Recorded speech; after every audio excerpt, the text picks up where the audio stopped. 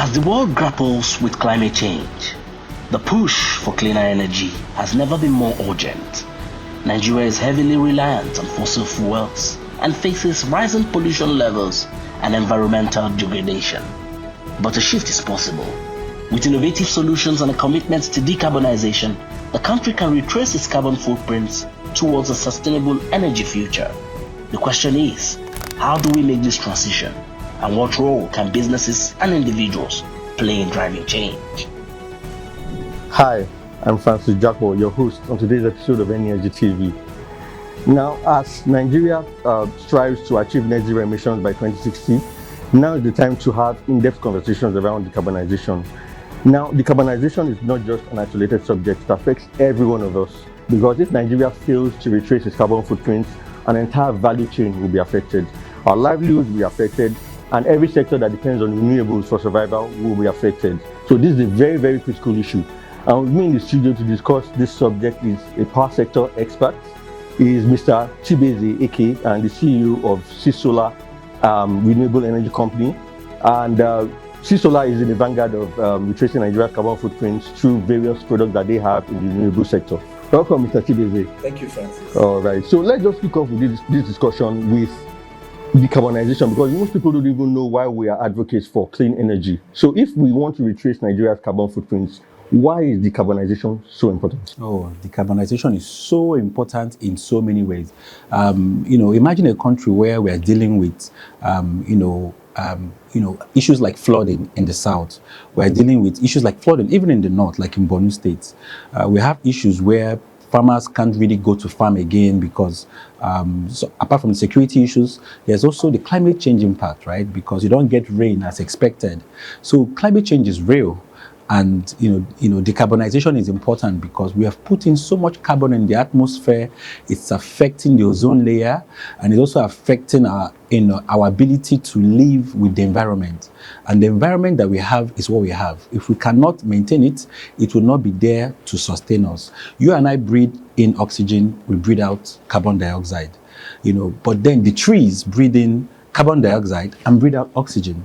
So imagine a situation where we're cutting trees abruptly, we're not managing our ecosystem. Definitely there's an imbalance and that affects our economy. Now, some would say we are too far gone, like the greenhouse gas emissions and everything. We've had that conversation for years. So is it even possible to roll back the damage we've done? Oh, definitely. Some people would say, for example, if you have malaria, you can go and take a malaria medicine to address it, right? So that's more like a corrective action. You could also have some measures where you're doing something to avoid having malaria. Maybe you're using insecticides, or you're ensuring that you don't go to areas where there's mosquito gathering, right? The same thing happens in terms of climate change. So you have climate mitigation, which is more on the corrective side. We're trying to react to the impact of climate change. And then you also have climate adaptation. We're trying to be a bit more proactive. We're trying to say, how can we ensure that in order to not have flood happen somewhere, let's go and build some infrastructure that addresses it.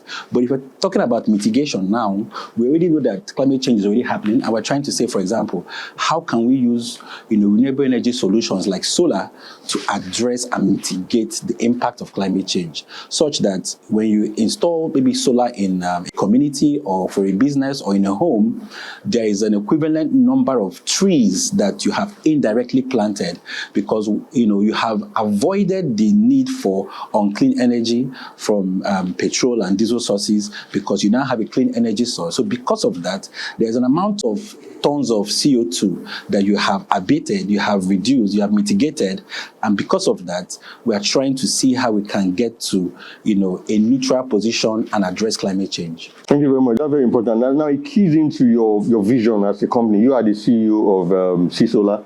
So now your vision is to retrace Nigeria's carbon footprint. So can you tell us a little bit more about that and what your experience has been? I would say, most of us don't even know what our carbon footprint is, right? Most of us don't even know that from our activities, whether it's our economic activities, our environmental activities, or even social activities, we are, affecting the environment, right? So retracing our carbon footprint simply means, going to places and making impact, whether it's in communities, whether it's in institutions, whether it's even in homes, right? And saying, this is where you are today. And this is how we can help you to retrace your steps so that you can actually understand your impact on the environment and what you need to do so that Nigeria can achieve our 2060 carbon neutrality goal. So what that simply means is, for us, we do that by using renewable energy like solar in ensuring that businesses, communities, and the likes are aware that there's an impact of the activities, and by installing solar in their communities or in their schools or anywhere, you're actually able to be at the forefront of addressing your own carbon footprint, because definitely there is something that you are doing because you're running a generator. They are the fumes you typically see. Those are going to the ozone layer. Those are affecting the environment. So we are at the forefront of really addressing that as an organization. Thank you very much. It's quite laudable to know that besides the profit, obviously you're in the business of making profit, but you are also doing some kind of sensitization to make people aware. Now, what are the dangers if we say we don't want to be frontal about rolling back our carbon footprints? What are the dangers if we maintain the status quo, like we don't change anything and we just remain like this? The dangers are immense. Africa today stands to lose a lot, but also gain a lot if we actually plug into the energy transition. And what is the energy transition? It's basically saying we need to move away from the old technologies, the traditional ways of doing things, right? Because we've seen the impact on the environment and we need to look forward. In a world today where everybody's talking about artificial intelligence, machine learning, Internet of Things, Nigeria has come of age in 2025 to say that, you know what, we need to be on the global stage to make an impact. And what that simply means is, in order for us to achieve that, it's not just by the words, it's also by the actions. So the good thing is that as a country, Nigeria was part of the Mission 300 that happened in Tanzania. I was at that event, and a lot of our stakeholders were there. And Nigeria has committed to an energy compact, which simply means that we have signed up to say, look, we are going to do what it takes to address carbon emission. And what are some of those things? Some of those things are, for example, saying that renewable energy is going to be half of the energy mix in the country. So it's a very, very daring proposition, but it's not impossible. We just need to come back home, decompose it to the little actions we all need to do on the public side, on the private side, and then figure out how to do it together. It's interesting you mentioned the government, the part of the government, because if we are to make this sustainable, government has a key role to play. So from your perspective as a player in the sector, what do you feel can be done on the policy level to institutionalize this compact that has been signed? I think one thing I've learned is in order to achieve reasonable change, most times you need to think differently and you need to act differently. So what that means is we need to be open to new things, right? The world is moving on. We need to be part of this world that is moving on.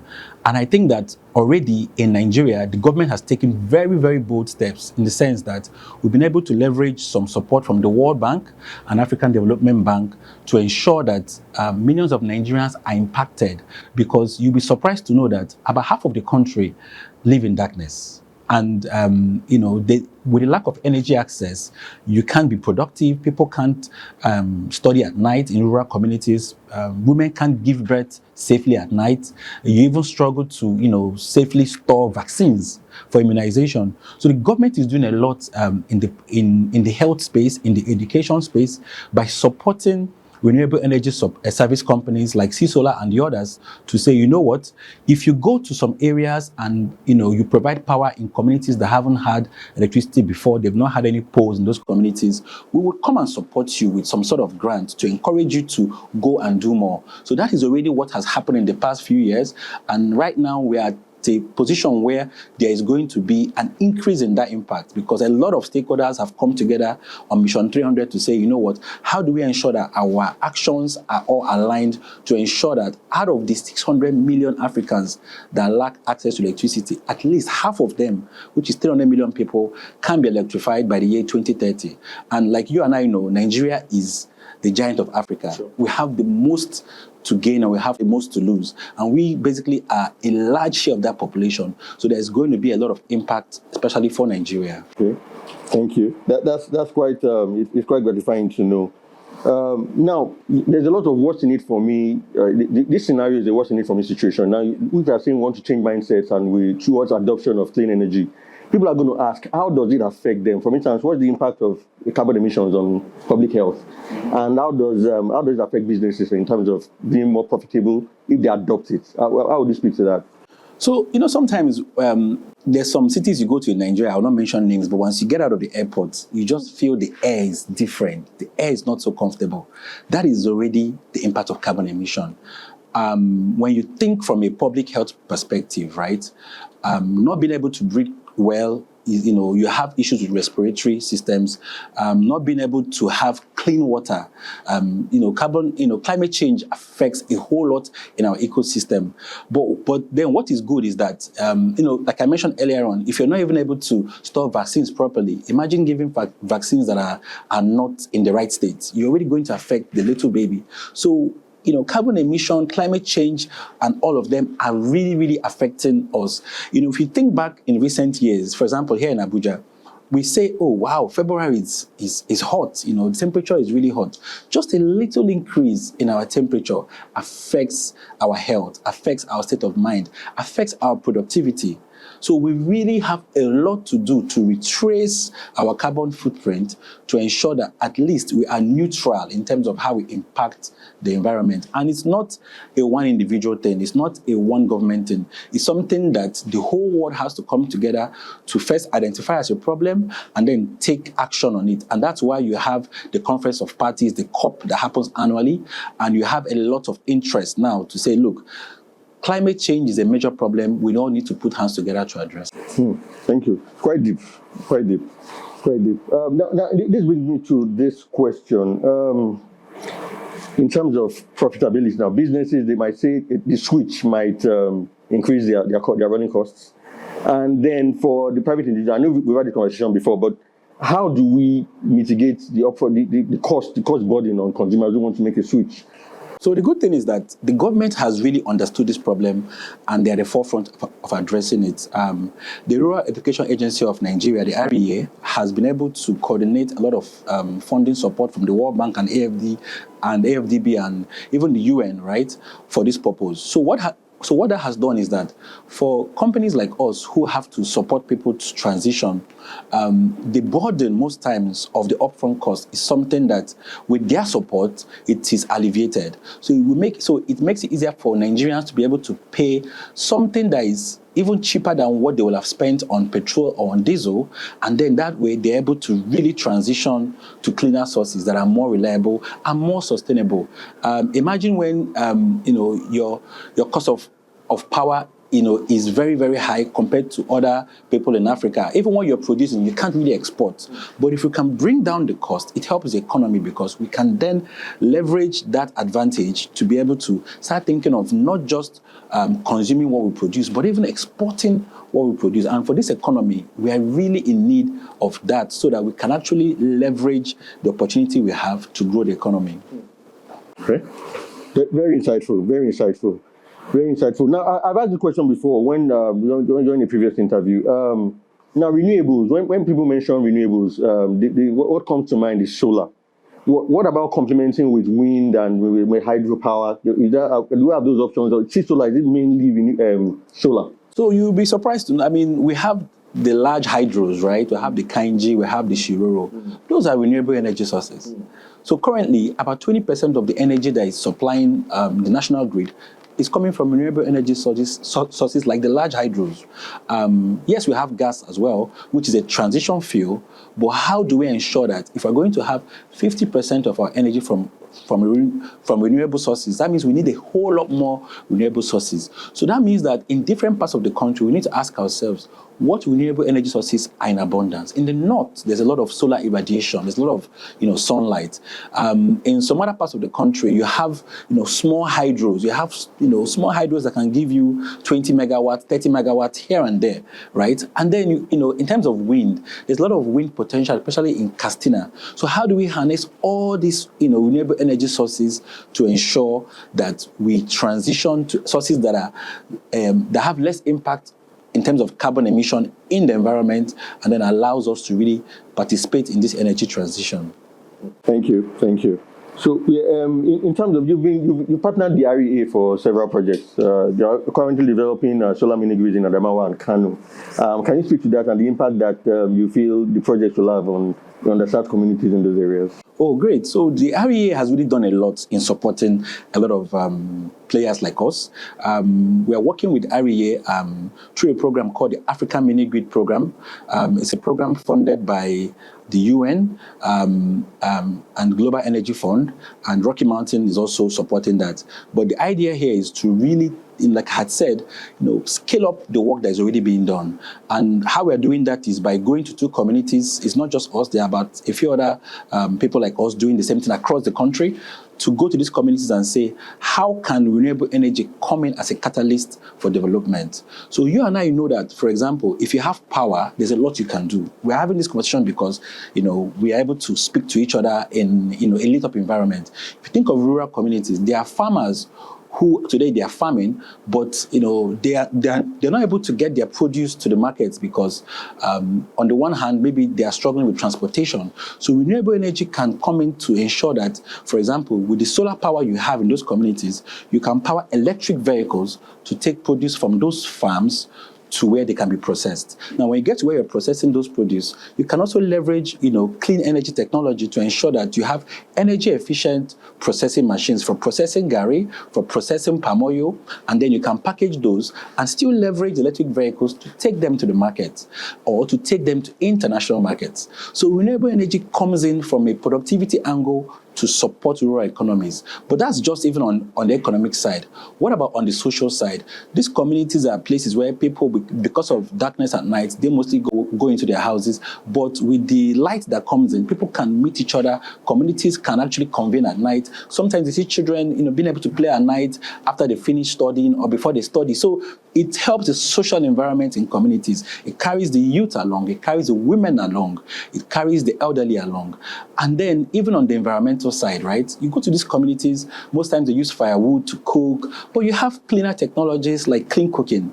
So renewables come in many ways to ensure that if we can, from the fringes, from the poorest of the people in the country, from those who the grid doesn't even get to because it's not, from a traditional point of view, it's not cost effective to extend the grid there. Sure. We can go and use distributed energy resources in those communities to ensure that we can include them. And I know that part of what NESG is keen on is to ensure that we have an open economy that is sustainable and that there is inclusion. So imagine how you can go into those communities, include those who we haven't included in terms of how we understand our GDP, and then our GDP can really grow because they have the basic infrastructure, which is electricity access, which is an enabler for so much more. Absolutely.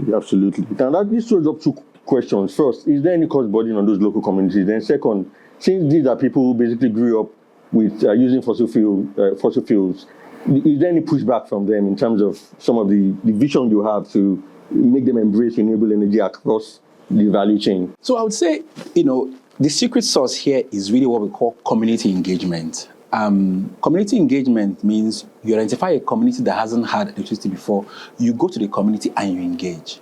Who is the village head? Who is the community leader? How do you speak to that person to say, look, we need to work with you to include, all the stakeholders in the community? Who is the woman leader? Because women have a voice and their voice needs to be heard. Who is the youth leader? Who is the oldest person in the community? Can we all sit down, have a community power committee that we can engage with you to, help you understand that, first of all, you don't need to live in darkness, right? Because the government is doing a lot to ensure that communities like you get out of darkness and become part of, powering productivity in Nigeria. And then helping them to understand that renewable energy technologies like mini grids, which people are not aware of, are something that can actually make the difference. And what are mini grids? Mini grids are simply what we have in the greater society, where you have solar panels, inverters, and batteries, but most times now it's on a larger scale. And you'll be surprised that with these solutions, coupled for a community where you have that generating power for the community, and then you have poles distributing the power, you can have welders, right, to now be able to reduce their cost of, welding in the community. You can build more homes in the community. You can have traders to process more, right? They can take more to the market. You can be able to store even, produce that will have been lost due to post-harvest losses, like maybe fishes that have been harvested. You can store them in cold rooms because you now have electricity in those communities. So renewable energy has a whole lot more impact that it can actually give. And I think a lot of awareness is being created. Maybe it's not at the level that Nigerians, will be able to appreciate to really, like you said, switch over and adapt to. But I believe that a lot of effort is already being made, and very soon that awareness will be created on a wide scale. Awesome. We certainly look forward to that. Now, this brings me to sustainability, because typically you find that there's little inclusion in that space.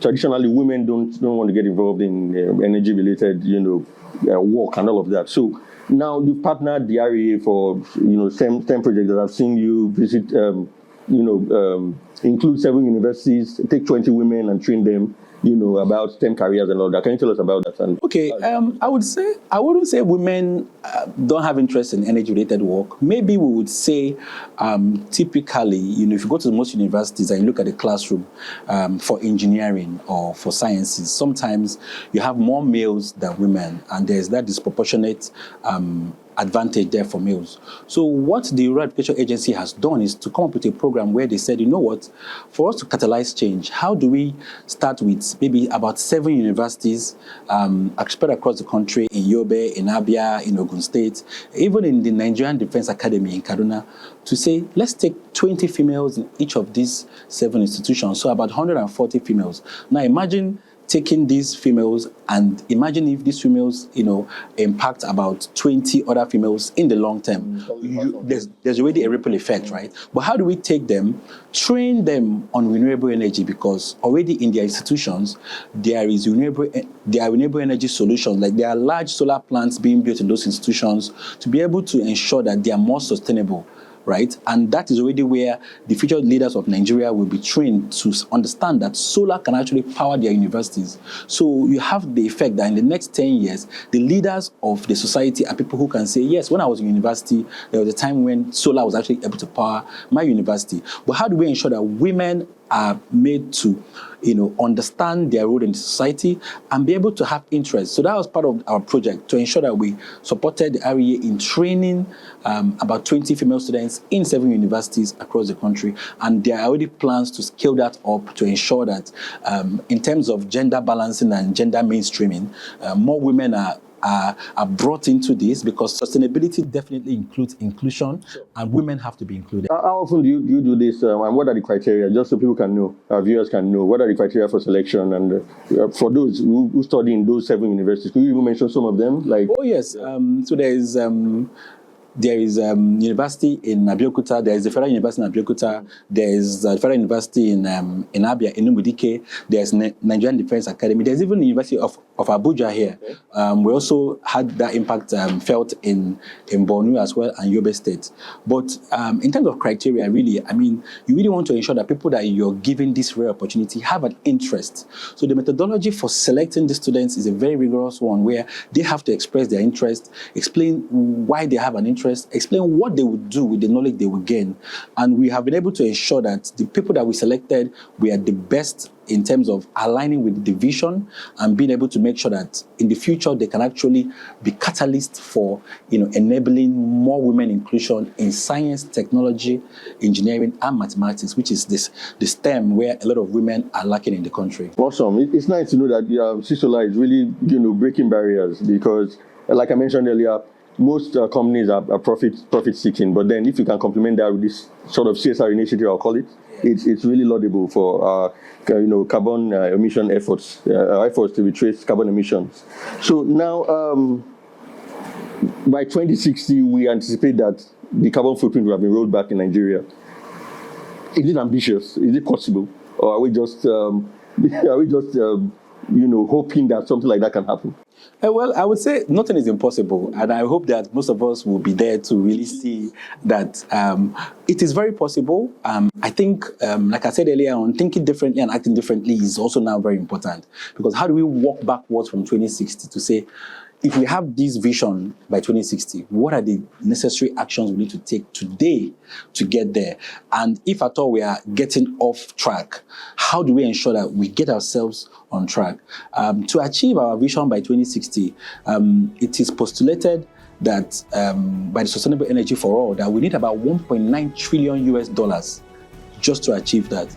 So imagine the scale of investment needed year in, year out, and mostly even at this earlier stage to achieve that. But the great thing is that with about $750 million from the World Bank and other funding sources from African Development Bank, and what that would do to catalyze private sector investment in the country, there is already a market that is growing. And I think the funding that will be needed to close that gap is something that we can actually achieve in our lifetime. Awesome. Thank you very much. We'll be speaking with Engineer Chibueze Ekeh. He is the CEO of Ceesolar. Like he has rightly mentioned, we are all part of the effort to decarbonize Nigeria. It's very, very possible, but it starts with our mindset. We have to change everything we've been doing to fossilize Nigeria. We are not so far gone that we cannot retrace our footsteps, but we just have to be willing to change. And it's a value chain issue. The government has to be involved. As individuals, we're all involved. Businesses are involved. If we all come together, we can achieve net zero emissions by 2060. Thank you very much once again. And for our viewers, don't forget to subscribe, like, and share.